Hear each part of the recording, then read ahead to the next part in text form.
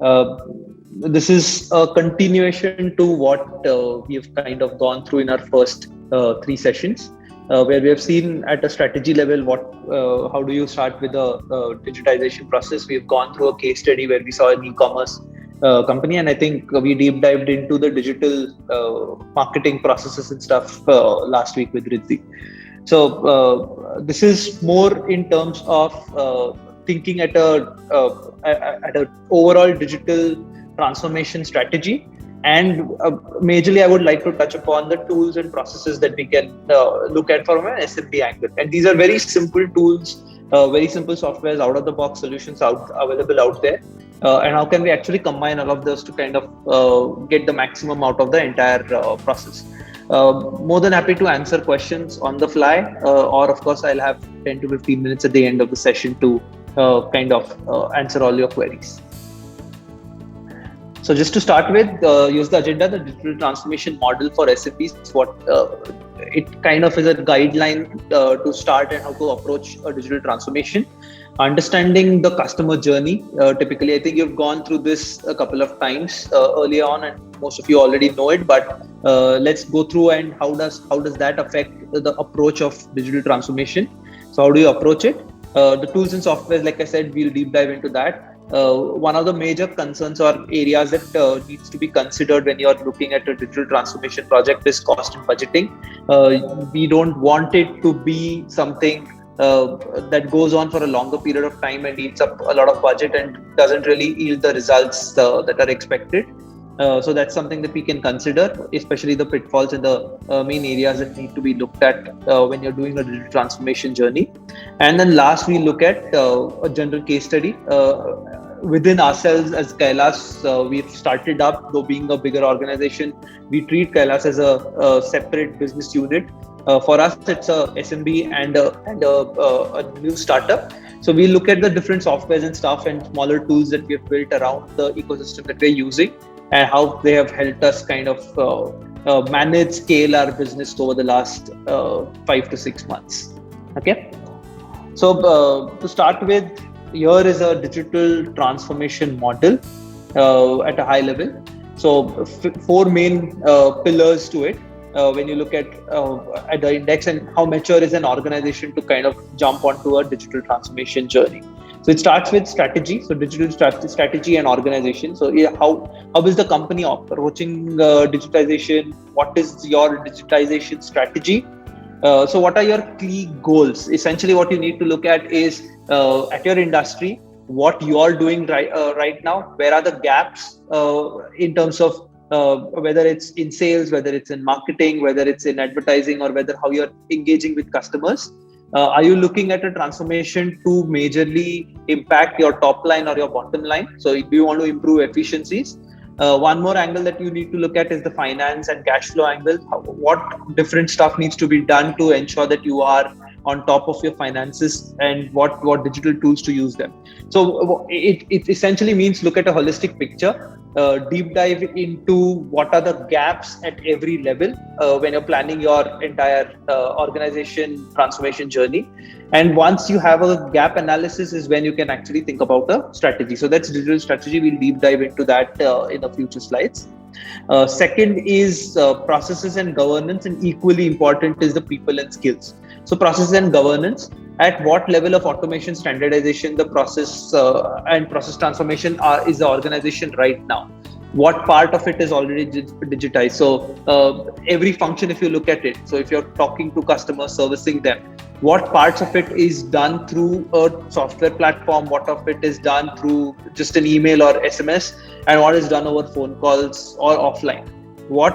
What part of this can be digitized, brought together so that you can actually drive more analytics, all of the data can be brought together?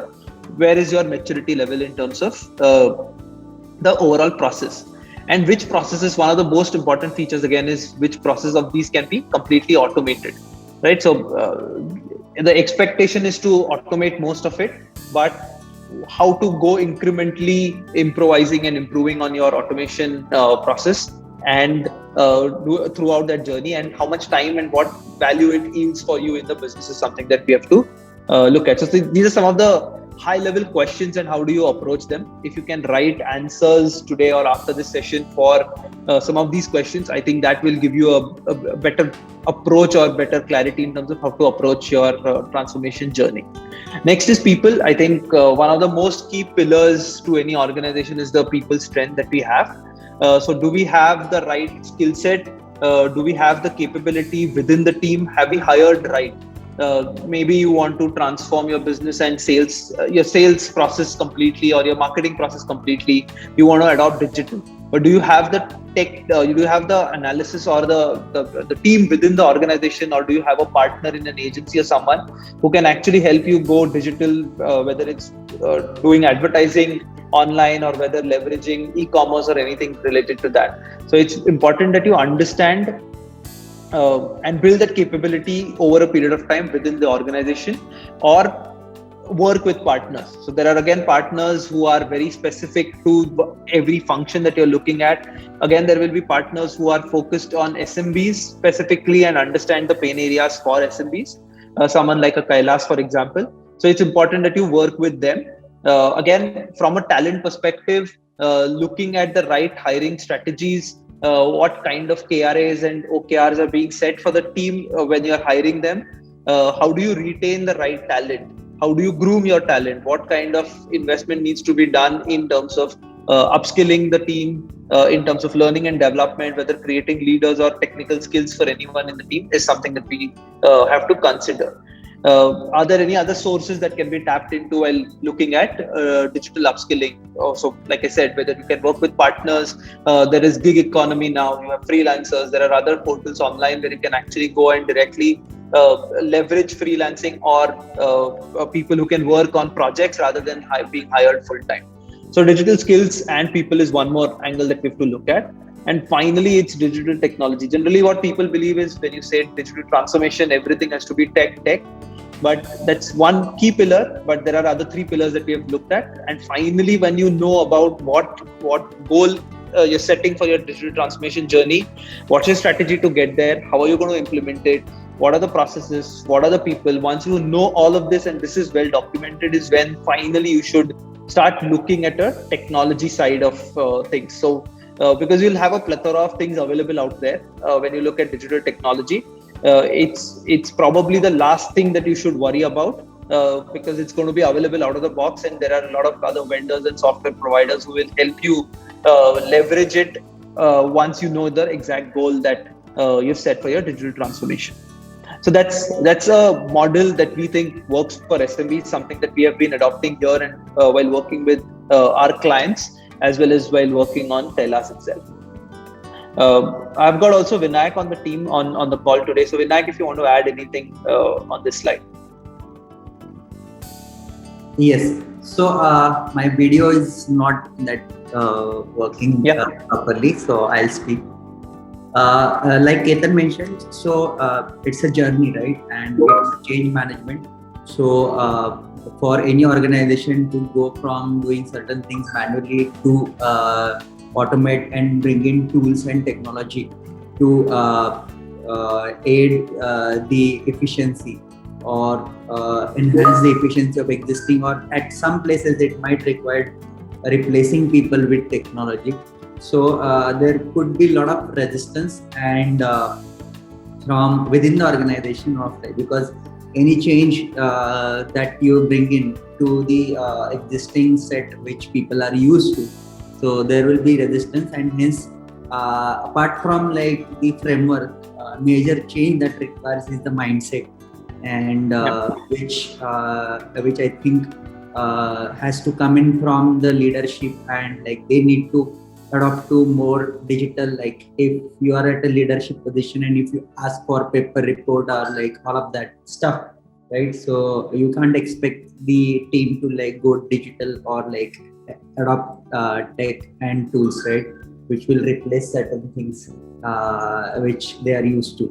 So mindset is very important, and so it should trickle down from top to bottom, and we have seen organizations failing like when they are trying to do too many things at a time when they were not ready, right? And this assessment of like at what level you should bring in the transformation or digital tools is really important, and understanding the culture of the organization and doing things one thing at a time, or so you cannot do all things, otherwise it will be a good it is set for the setup for the failure only. So we have covered, like Ketan will cover most of the stuff which is like very pretty much simple to implement, low cost, low and plug and play. So that's covered in the next slides. Yeah, and just to add to what Vinayak said, so one is getting the buy-in, and also to ensure that there is continuity with the process that you have once set. So we have seen companies either they start and then they drop the ball because automation is not going to be happening within a day. So you have to be consistent with it and not going or falling back to older processes which might be easy. So getting a paper report or doing something on an Excel when you have a CRM, something of this kind is something that should be like a hard line between the from the leadership and the management, that once we have adopted a certain automation system or a platform or a backbone in the company, everything is going to happen on that. So whether you show me reports or you show me something, you show me it on that platform or on the format that we have decided. So not falling back onto older methods of an Excel sheet and something like that is something that I think you should keep an eye for, because it's easy for teams to go back to their comfort zone.